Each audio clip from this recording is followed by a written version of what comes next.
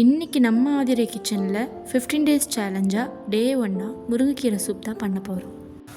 முருங்கைக்கீரை, சின்ன வெங்காயம், பூண்டு, தக்காளி, மல்லி, சீரகம், மிளகு.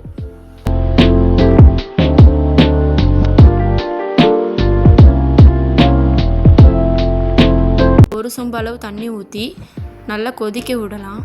அது கொதிக்கட்டும்.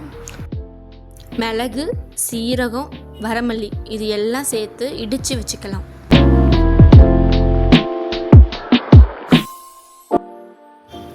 கொதிக்கிற தண்ணியில் கீரை எடுத்து போட்டுக்கலாம். சின்ன வெங்காயத்தை கொஞ்சம் சின்னதாக அறுத்து வச்சுக்கலாம். பூண்டை தட்டி வச்சுக்கலாம். அதையும் கொதிக்கிற தண்ணியில் போட்டுடலாம். அது கூட தக்காளியும் சேர்த்துக்கலாம். கொதிக்க விட்டுறலாம். கொஞ்ச நேரம் கழித்து கொஞ்சோண்டு மஞ்சள் போட்டு தேவையான அளவு உப்பும் சேர்த்துட்டு இடித்த வரமல்லி, மிளகு, சீரகம் போட்டு கொதிக்க விட்டுறலாம். உடம்புக்கு ஆரோக்கியமான முருங்கைக்கீரை சூப் தயார்.